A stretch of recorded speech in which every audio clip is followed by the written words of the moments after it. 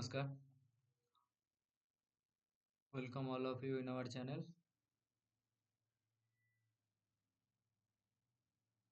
आज हम लोग प्रीवियस ईयर क्वेश्चन पेपर देखेंगे।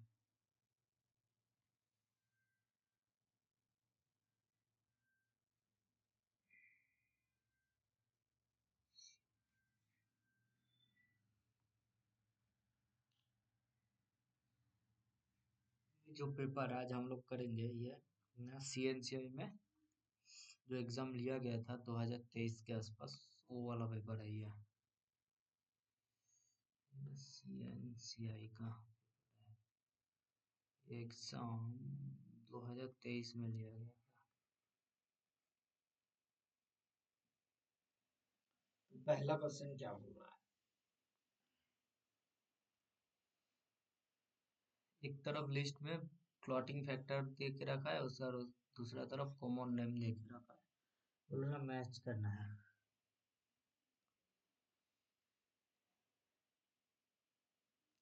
इसमें क्लॉटिंग फैक्टर 1, 11, 13 और 4 है।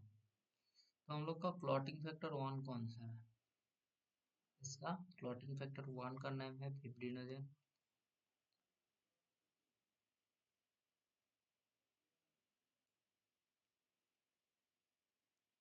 फिर ये 11 प्लाज्मा थ्रोम्बोप्लास्टिन एंटासीडेंट।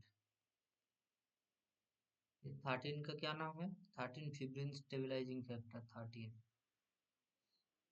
और 4 में है कैल्शियम।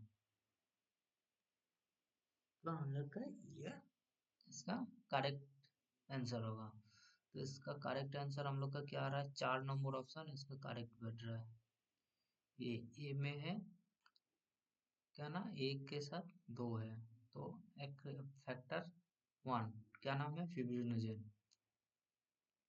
बी एक नंबर के साथ फैक्टर 11 प्लाज्मा थ्रोम्बोप्लास्टिन एंटासीडेंट। इन फैक्टर 13 फिब्रिन स्टेबलाइजिंग फैक्टर और 4 में है कैल्शियम। तो इसी में हम लोग का क्या ना सारा फैक्टर एक बार हम लोग देखेंगे। फैक्टर 1 इसका क्या नाम है? फिब्रिनोजेन। फैक्टर 2 में है प्रोथ्रोम्बिन। फैक्टर 3 में है tissue factor thromboplastin, tissue factor या थ्रोम्बोप्लास्टिन। फैक्टर 3 4 में है कैल्शियम। 5 में है लेबाइल फैक्टर, 6 में कोई नहीं है। 7 ये एक स्टेबल फैक्टर दे के रखा है, जरूरत नहीं है हम लोग का। 8 में है हम लोग का एंटी हीमोफिलिक ग्लोबुलिन और एंटी हीमोफिलिक फैक्टर। इसी में आता है हम लोग का वॉन्डेनबर्ग VWS वॉन्डेनबर्ग फैक्टर। और 9 है हम लोग का क्रिसमस फैक्टर। 10 है Stuart power factor. 11 plasma thromboplastin antecedent and 12 है हेगमैन फैक्टर और 13 है फिब्रिन स्टेबलाइजिंग फैक्टर। ये ज्यादा से ज्यादा हम लोग का फैक्टर जितना आता है सारा कहाँ से सिंथेसिस होता है? हम लोग का क्लॉटिंग फैक्टर ना लीवर से सिंथेसिस हो रहा है।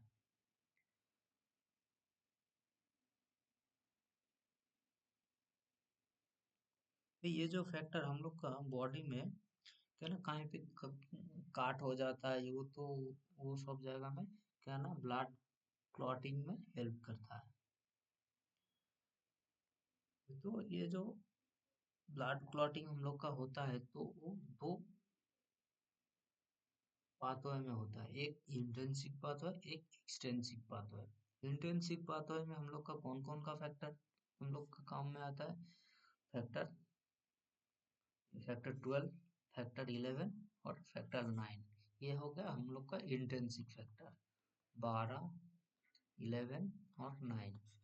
और एक्सट्रिंसिक फैक्टर में हम लोग का क्या है? फैक्टर ये 7। और इधर है टिश्यू फैक्टर या थ्रोम्बोप्लास्टिन।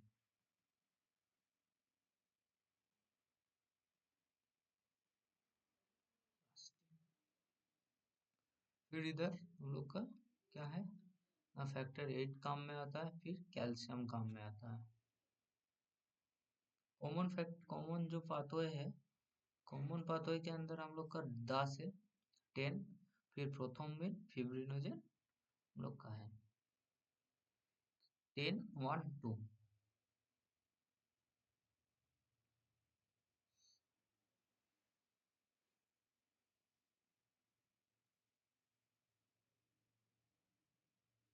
तो हम लोग को ये याद करना है इंट्रिंसिक पाथवे में कौन कौन सा फैक्टर काम करता है, एक्सट्रिंसिक में कौन कौन सा, कॉमन फैक्टर में, कॉमन पाथवे में कौन कौन सा फैक्टर लोग को काम करता है। फिर नेक्स्ट क्वेश्चन, दो लिस्ट दिया है, दोनों में मैच करना है। अब इसमें एक नंबर लिस्ट में क्या है, एएफएम है, टीईएम है, एसीएम है, एसटीएम।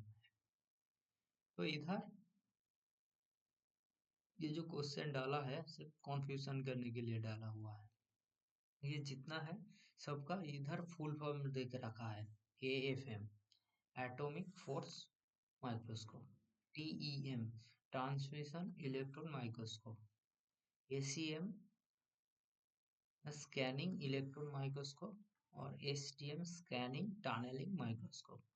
ये तो इसका क्या कौन सा ऑप्शन हम लोग का बैठ रहा है इसमें, एक का आ रहा है 4, एक का 4 एक ही में है, एक का 4 एएफएम एटॉमिक फोर्स माइक्रोस्कोप, फिर बी का आ रहा है 3, सी 1, फिर डी आ रहा है 2 आ रहा है। तो ये वाला ऑप्शन हम लोग का सही होगा।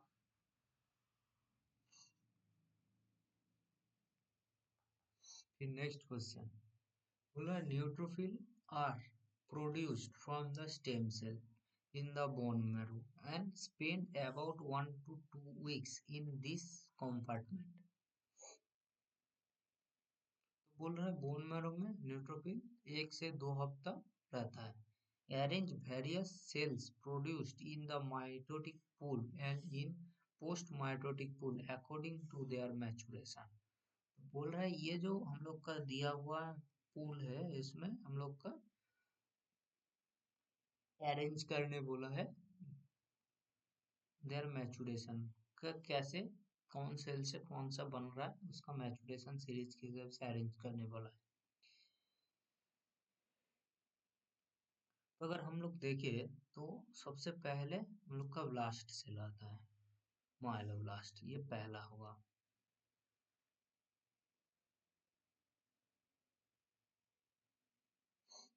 फिर उसके बाद हम लोग का क्या ना प्रोमाइलोसाइट होगा, उसके बाद प्रोमाइलोसाइट, माइलोसाइट, फिर मेटामाइलोसाइट, फिर बैंड एंड सेगमेंटेड न्यूट्रोफिल पांचवा।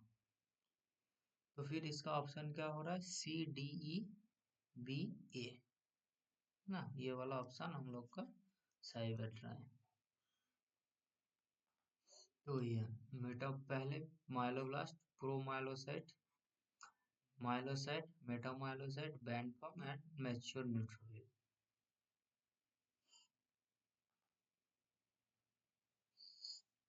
फिर नेक्स्ट क्वेश्चन में दो स्टेटमेंट दे के रखा है, तो बोले कौन सा स्टेटमेंट सही है कौन सा गलत है यह बताने के लिए। स्टेटमेंट वन बोल रहे the basic step in Mantoux test is the intradermal injection of purified protein derivative PPD of mycobacterium tuberculosis.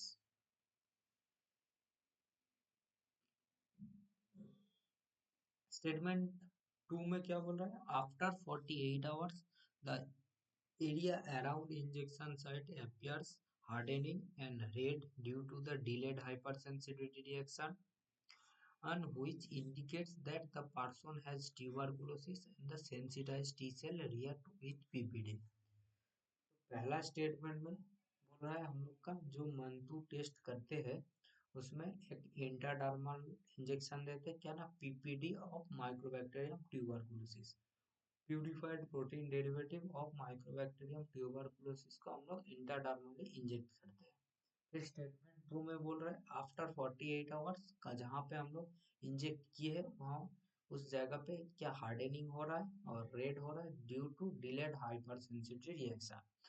ये जो रिएक्शन हो रहा है ये क्या इंडिकेट कर रहा है, the person has tuberculosis, person में ट्यूबरकुलोसिस हो सकता है and sensitize T cell, T sensitize T cell हो सकते हैं जो कि ना पीपीडी के साथ रिएक्ट कर रहा है। इसमें ऑप्शन क्या क्या दिया है? ऑप्शन एक नंबर ऑप्शन बोल रहा है both statement 1 and 2 are correct. फिर बोल रहा है both statement are incorrect. 3 number statement 1 is correct but statement 2 is incorrect. फिर चौथा बोला statement 1 is incorrect, statement 2 is correct. तो हम लोग जो मार्क टेस्ट करते हैं इसके हिसाब से हम लोग का दोनों स्टेटमेंट सही बैठ रहा है, दोनों करेक्ट हुआ, both statement, both 1 and 2 statement are correct, ये वाला ऑप्शन होगा।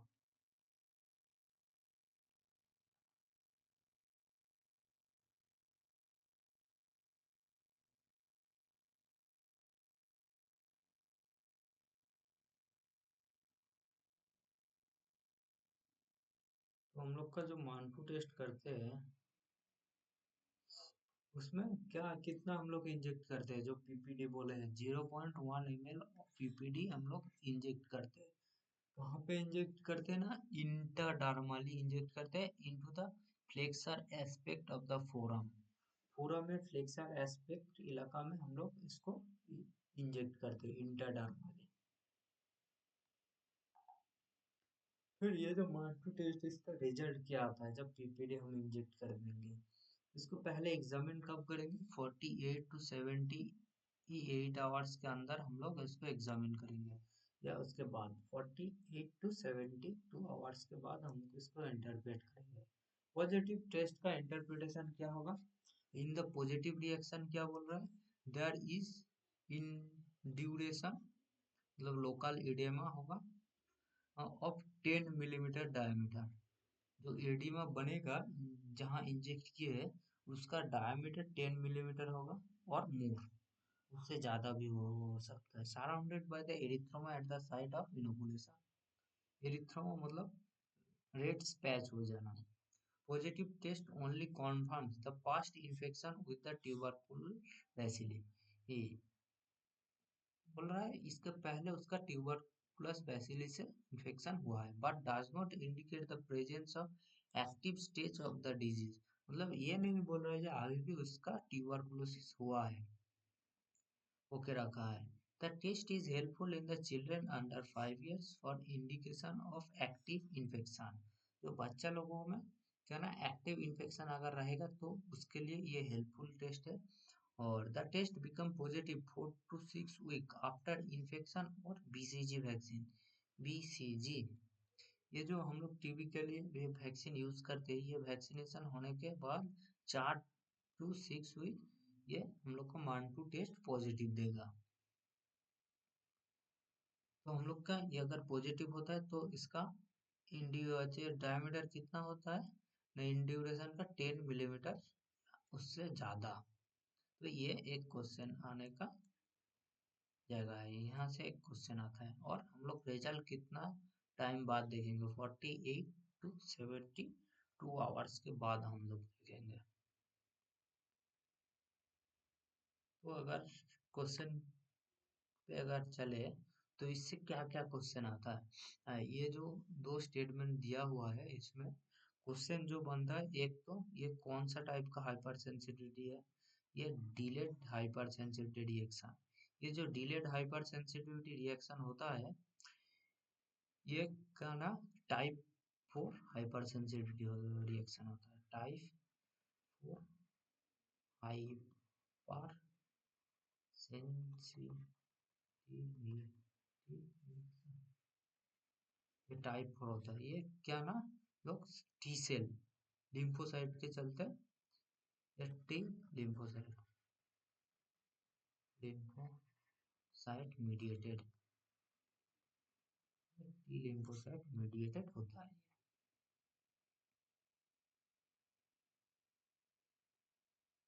तो ये जो पॉइंट है इससे भी क्वेश्चन आ सकता है, डिलेड हाइपर सेंसिटिविटी रिएक्शन। और ये जो जाएगा बोल के रखे flexor aspect of forum, flexor aspect of forum. कितना ml यूज करते हैं? 0.1 ml पीपीडी हम लोग इसमें यूज करते हैं। ये दो पॉइंट और भी है जो याद करना है।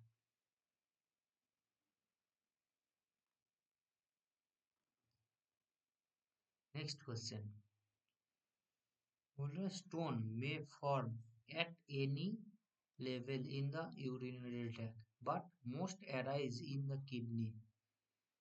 बोल रहे यूरिनरी ट्रैक में कहीं पे भी स्टोन बन सकता है, but most of this are form arise in the kidney, ज्यादा से ज्यादा किडनी में बन रहा है। Depending on the prevalence of the various type of the renal stone, arrange these in the terms of the percentage highest to lowest occurrence in the human। जो ये जो स्टोन बन रहा है वो बनने का परसेंटेज किसमें हाईएस्ट है और किसमें लोएस्ट है, उसका हमको एक सीक्वेंस बनाने के लिए बोल रहा है। तो सबसे हाईएस्ट कौन सा स्टोन हम लोग का होता है? सबसे हाईएस्ट हम लोग का कैल्शियम स्टोन होता है। कैल्शियम स्टोन सबसे हाईएस्ट होता है, ये नंबर वन पे। ये कितना 80 to 85% जितना स्टोन बनता है उसमें सबसे ज्यादा कैल्शियम आता है। फिर ट्रिपल और स्टूवेट स्टोन, ये सबसे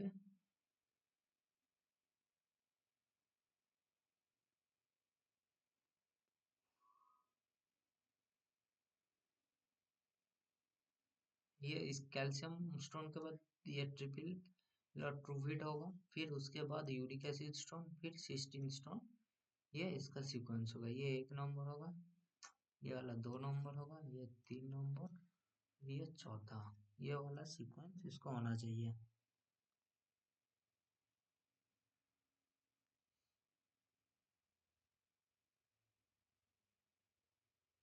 इसका ऑप्शन ये फोर्थ होगा,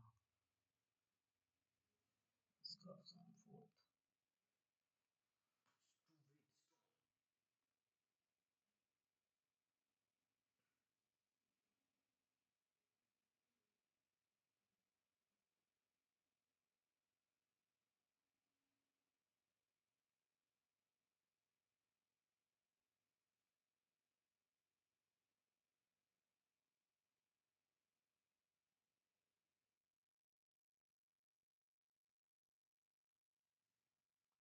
फिर हम लोग का जो स्टोन आता है उसमें कुछ कुछ, जैसे स्टोन कैसे बनता है?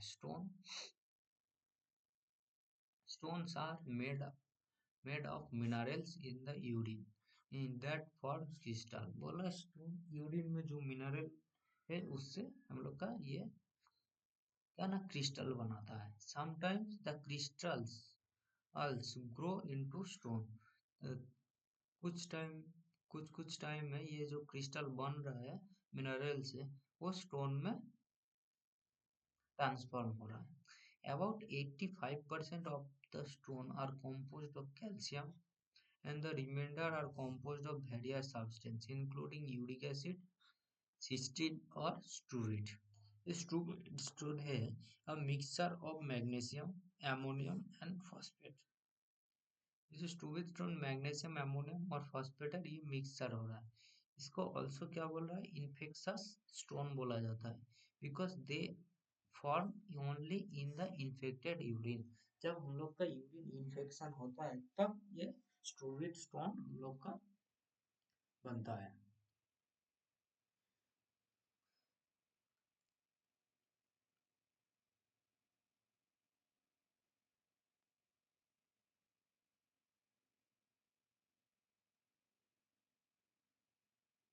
ये जो यूरिक एसिड क्रिस्टल कब बनेगा? यूरिक एसिड क्रिस्टल हम लोग का जब कब बनेगा ना, गार्ड वगैरह रहेगा, यूरिक एसिड ज्यादा रहेगा गार्ड में। फिर सिस्टीन जब हम लोग का एमिनो एसिड, ये एक one type of amino acid, जब यूरिन में एमिनो एसिड एब्जॉर्प्शन जो है उसमें इम्पेयर्ड होगा। फिर फिर नेक्स्ट क्वेश्चन क्या बोल रहा है? स्टेटमेंट दो स्टेटमेंट दे के रखा है। न्यूमोसिस्टिस करेनी pneumonia occurs exclusively in immunocompromised host। The parasite is transmitted by direct contact between human through inhalation of the infectious material. Statement two में बोल रहा है pneumocytosis carinii is a bacterial parasite and is found in the lungs of human. It is the major cause of pneumonia in more than 80% of the AIDS patient.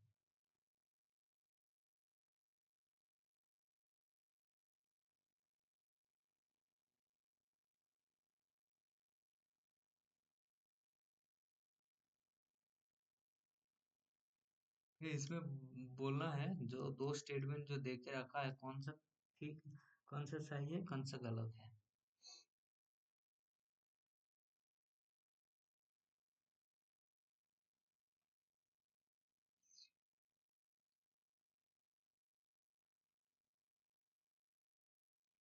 तो जो statement one में बोला है pneumocystis Carney pneumonia PCP occurs exclusively in the immunocompromised host. ये जो exclusively लिख दिया है तो ये एक्सक्लूसिवली फॉर इम्यूनोकॉम्प्रोमाइज्ड होस्ट ऐसा नहीं है. ये और भी कुछ कुछ में होता है जैसा आपका कैंसर है फिर chronic lung disease chronic lung disease है फिर सॉलिड ऑर्गन ट्रांसप्लांट हुआ है ऑर्गन ट्रांसप्लांट हुआ है या stem cell therapy stem cell transplant हुआ है वो सब में भी ये इन्फेक्ट करता है.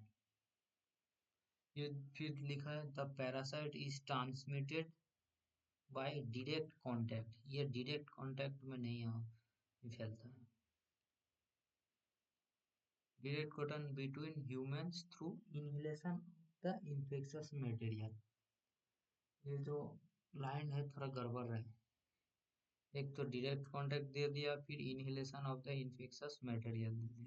ये कैसे फैलता है ना human to human air to air इसमें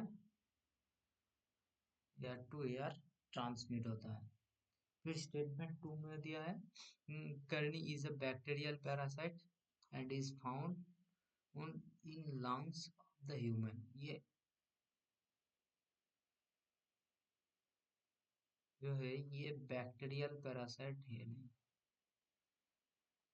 ये जो दिया है ये बैक्टीरियल पैरासाइट ये नहीं होगी. ये क्या है ना एक फंगस है.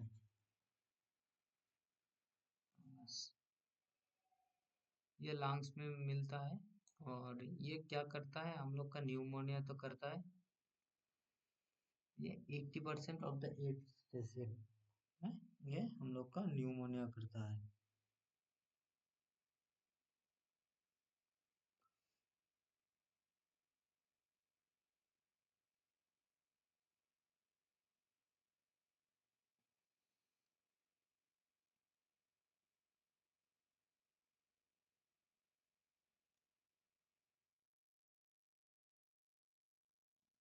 तो इसका जो ऑप्शन होगा ये बोथ इनकरेक्ट होना चाहिए.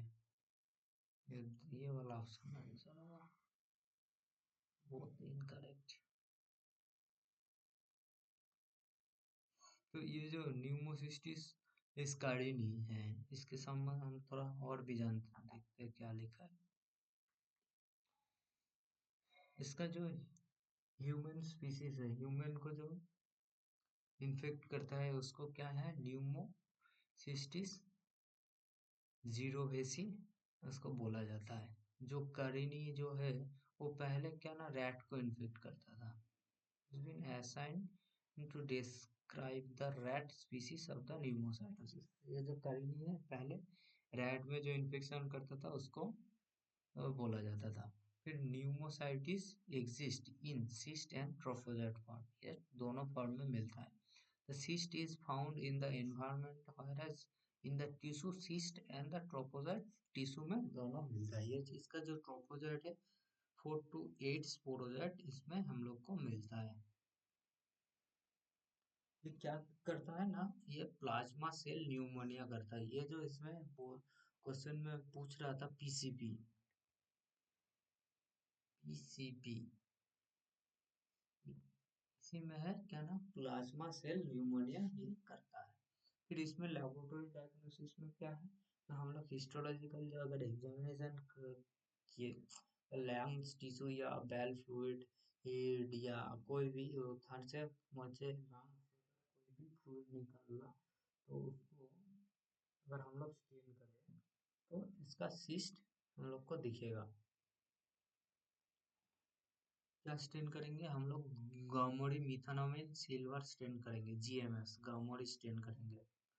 गामोरी फंगस के लिए हम लोग गामोरी स्टेन करते हैं, ये वाला स्टेन लोग करेंगे तो लोग इसका सिस्ट को हम लोग को दिखेगा। The cyst resemble black coloured crust ping pong ball against the green background, और इसमें ग्रीन बैकग्राउंड में ब्लैक हमको दिखेगा। अगले स्लाइड में हम लोग दिखाएंगे इसका कैसा दिखना है। फिर इसमें हम लोग डिटेक्शन का और एक मेथड है, एक तो पीसीआर कर सकते हैं,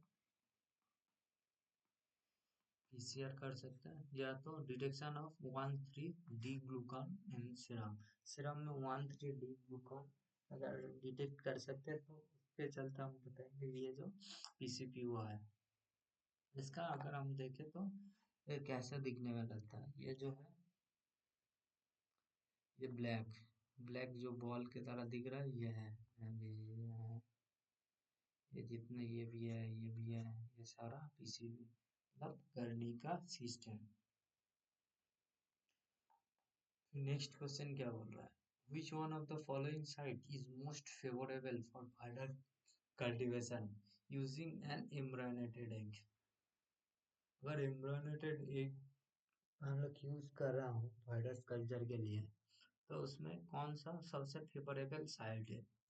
option A amnion, option B amniotic cavity, option 3 ये वेटिलाइन मेम्ब्रेन, ऑप्शन 4 में है एलेंट्रोइक कैविटी। तो हम लोग का इसका आंसर होगा क्या ना, एलेंट्रोइक कैविटी सबसे ज़्यादा हम लोग का फेवरेबल होगा। तो हम लोग जो इम्ब्रानेटेड एक में वायरस को कल्टीवेट करते हैं, उसके लिए हम लोग का मेन 4 जगह है एक इनोकुलेशन में। सबसे पहले हम लोग तो योक सैक में इनोकुलेट करते हैं, ये किसके लिए करते हैं ना, आर्बो वायरस के लिए करते हैं। फिर एमनियोटिक सैक जो है ये मेनली यूज करते हैं primary isolation of the influenza virus के लिए करते हैं। फिर एलेंट्रिक जो सैक है ये क्या है ना, हम लोग यूज करते हैं जिन वैक्सीन सब, इन्फ्लुएंजा, फिर येलो फीवर, रेबीज, ये सब का वैक्सीन बनाने के लिए ये एलेंट्रिक कैविटी हम लोग यूज करते हैं। फिर आता है कोरियोनिक एलेंट्रिक मेम्ब्रेन, इट इज का पेपर ना pox virus and other virus जैसे हार्पिस सिम्प्लेक्स, ये सब वायरस में हम लोग यूज करते हैं उसका कल्चर के लिए। फिर virus produce visible lesion called as pocks on the chorionic allantoic membrane, जो वायरस ग्रोथ हुआ कि नहीं, क्या मतलब कोरियोनिक एलेंट्रोइक मेम्ब्रेन में वायरस ग्रो किया कि नहीं, उसके लिए क्या ना उसमें हम लोग को पोक्स दिखेगा।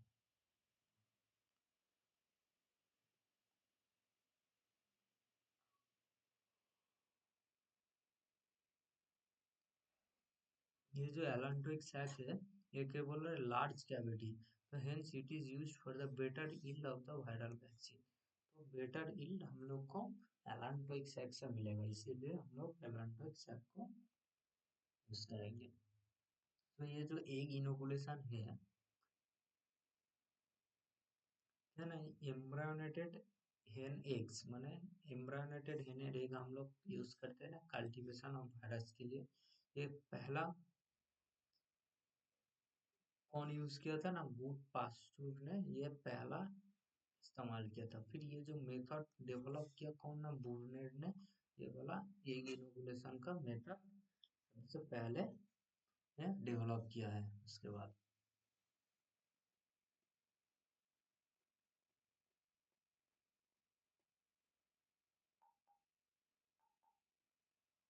फिर नेक्स्ट क्वेश्चन इसी से आता है, when a virus is inoculated into chorionic allantoic membrane visible lesion में appears, what are these lesions called?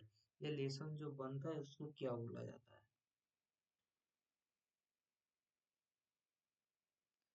Option A syncytia, option B plaques, option C CPE, option D pocks. पिछले slide में हम लोग पढ़े हैं जो virus produce visible lesions called as pocks. इसका answer तो क्या ना पोक्स होगा। ये वाला क्वेश्चन सीएनसीआर में नहीं आया था। फिर नेक्स्ट क्वेश्चन क्या बोल रहा है? हाँ, ऑप्शन मैच करने दिया है। टीनिया दिया है, टीनिया स्पीसीज। डायरिया टीनिया जितना है ये सारा डार्मेटाफाइट है।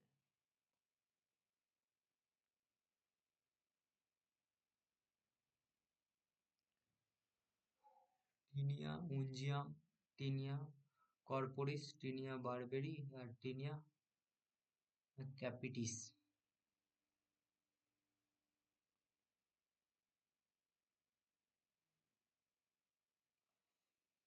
कहाँ पे इन्फेक्शन करता है ये जो टीनिया? टीनिया उंजियम जो है ये infection of the nail Beed में करता है। फिर टीनिया कार्पोरिस, ये कहाँ करते हैं? इन्फेक्शन ऑफ द स्मूथ और bare parts of the skin में ये इन्फेक्शन करता है। फिर बारबेरी कहाँ करता है? ना बियर्ड हेयर में इन्फेक्शन करता है। और टीनिया कैपिटिस कहाँ करता है? Infection of the scalp hair, मतलब हेयर में, मतलब चूल में हम लोग का ये इन्फेक्ट करता है। ये दाढ़ी में करता है, ये बियर्ड हेयर मतलब दाढ़ी में करता है, ये स्कैल्प हेयर मतलब मुंडी में जो बाल है उसमें करता है। तो इसका आंसर क्या होगा? इसका चौथा आंसर होगा इसका। फिर वही है, जैसे में टीनिया उंजियम है, नेल बेड में करता है infection. Unguium refers to the nail. फिर टीनिया कॉर्पोरिस ये स्मूथ और बियर्ड स्किन में करता है। Corporis refers to the body, this is the classical ring worm the skin. फिर टीनिया बारबी ये बियर्ड हेयर में करता है। Barbae refers to the beard area. फिर टीनिया कैपिटिस अच्छा स्कैल्प हेयर में करता है। Capitis refers to the head और the cap it affect the scalp और हेयर शाफ्ट। तो ये फिर इसमें फिर यूरिनरी स्टोन आया है। फिर नेक्स्ट क्वेश्चन में लिस्ट बोल रहा है ये इसको मैच करना है। ऑप्शन सिस्टीन स्टोन है, यूरिक एसिड स्टोन है, मैग्नीशियम अमोनियम फॉस्फेट स्टोन है, कैल्शियम ऑक्सलेट है। फिर इधर ऑप्शन में individual with the hyperuricemia such as gout. Gout कहाँ मिलता है, दिखता है गाठ? जब यूरिक एसिड स्टोन मतलब गाठ हुआ है तो यूरिक एसिड स्टोन दिखेगा। हाइपर यूरेसीमिया मतलब यूरिक एसिड बढ़ गया है इसमें, हाई यूरिक एसिड। गाठ जब होगा यूरिक एसिड बढ़ जाता है, वो तब यूरिक एसिड स्टोन होगा। फिर सिस्टीन स्टोन कब होगा? ना genetic defect in the renal reabsorption of the amino acid. Cystine एक नॉन एसेंशियल अमीनो एसिड है, तो genetic defect in the renal reabsorption of amino acid. फिर कैल्शियम ऑक्सलेट स्टोन और magnesium ammonium phosphate stone. Magnesium stone जो इसका पहले जो question एक पूछा था उसमें स्टोन में जो क्वेश्चन आया था मैग्नीशियम स्टोन था, ये फॉर्म कब होते थे? Largely after infection by the bacteria.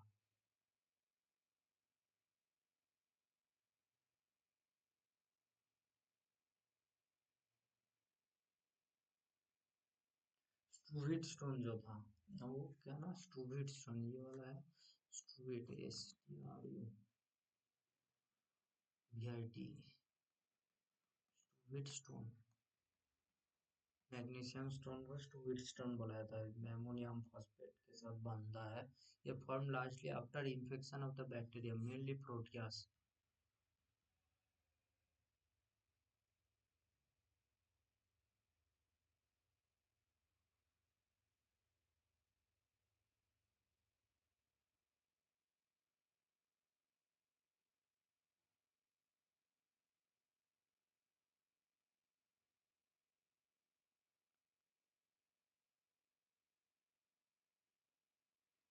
Calcium oxalate stone है ना, mechanism of the stone for involves nucleation of the calcium oxalate by the uric acid crystal in the collecting duct।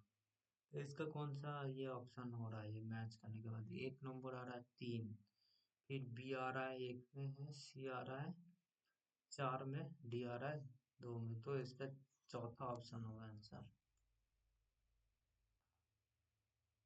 Thank you, धन्यवाद sir को। लोग ये वाला WhatsApp channel में जुड़ जाइए, पीडीएफ ये व्हाट्सएप चैनल और ये टेलीग्राम चैनल में अपलोड हो जाएगा।